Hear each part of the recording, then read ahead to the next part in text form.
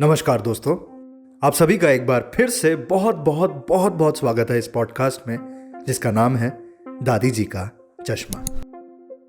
दोस्तों, जो हमने पहल शुरू करी है उसको आगे बढ़ाते हुए आज हम एक नई वीडियो आप सभी के सामने लेकर के आ रहे हैं। इस वीडियो में हम एक ऐसे क्रांतिकारी के बारे में बात करेंगे जिनका हमने नाम सुना है, उन्होंने जो कुछ किया देश के लिए वो सुना है, लेकिन उसके पीछे जो थोड़ा बहुत था, जिस वजह से वो ये सब कर पाए, जो अंदर जज्बा था, उसके बारे में हम बहुत ज़्यादा नहीं जानते। ये सब चीज़ें जानना बहुत ज़रूरी है क्योंकि वो जो भावना है, जब देश आज़ाद होने से पहले वाली जो भावना थी वो ख़त्म होती जा रही है। और इसका रिजल्ट ये भी, भगवान न करे कभी ऐसा हो, लेकिन ये भी हो सकता है कि देश दोबारा गुलाम ना हो जाए। तो वो भावना हमेशा हमारे अंदर रहनी चाहिए। आइए, जिनके बारे में आज हम जानेंगे वो हैं शहीद भगत सिंह। आइए जानते हैं भगत सिंह जी के बारे में।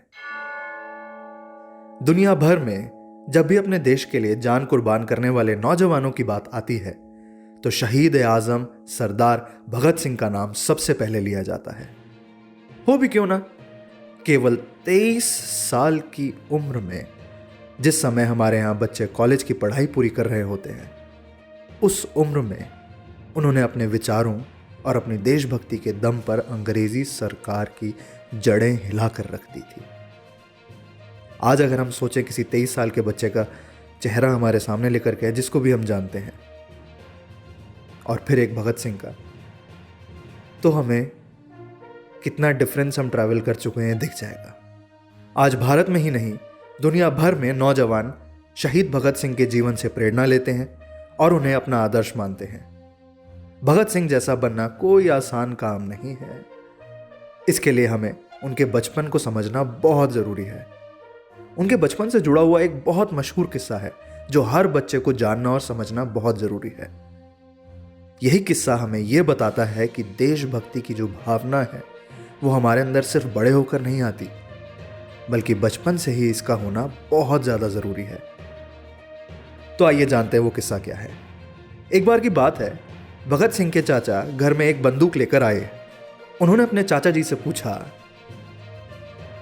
ये इससे क्या होता है? चाचा जी ने बताया, हम इससे अंग्रेजी हुकूमत को दूर भगाएंगे।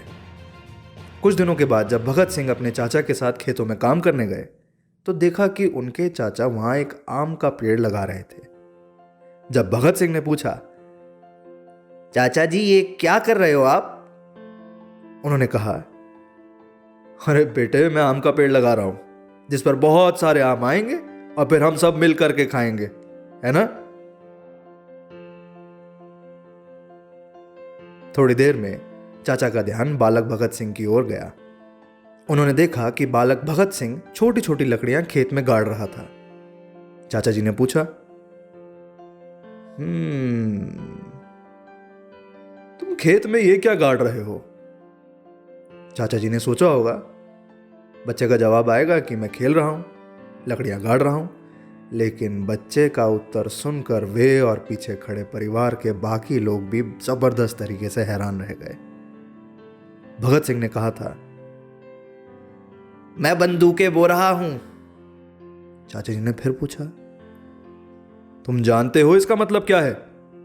भगत सिंह बोले, मैं जानता हूं कि हमारा देश गुलाम है और हमें आज़ादी के लिए अंग्रेज़ों से लड़ने की बहुत ज़्यादा ज़रूरत है, तो हमें बहुत सारी बंदूकों की ज़रूरत भी पड़ेगी, इसलिए मैं बंदूकें बो रहा हूं। जब बहुत सारी बंदूकें होंगी तो हम सब अंग्रेज़ों से लड़ेंगे और उन्हें अपने देश से भगा देंगे।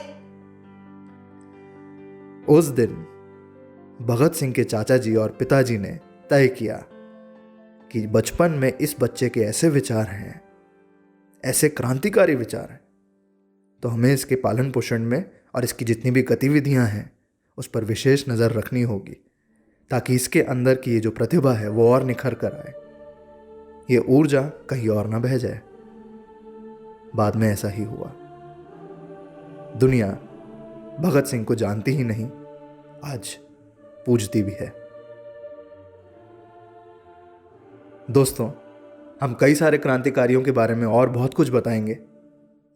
जो हमारा सिलसिला ये शुरू हुआ, ये हम चाह रहे थे कि भगत सिंह जी से शुरू हो।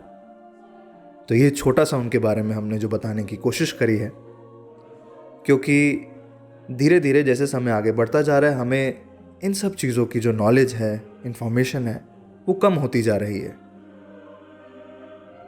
तो आइए हर बार की तरह केवल 2-4 मिनट के लिए आराम से बैठें और अपने लिए, अपने बच्चों के लिए ज़रूर अंदर से प्रार्थना करें कि अब हम जल्दी एक तो इस कोरोना से मुक्त हों, और जितने भी ये जो फ्रीडम फाइटर्स हैं उनको थैंकफुल हम लोग रहें।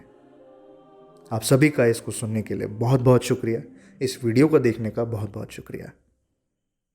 सभी अपना अच्छे से ख्याल रखिएगा। असीता फिर मिलेंगे। बहुत बहुत शुक्रिया।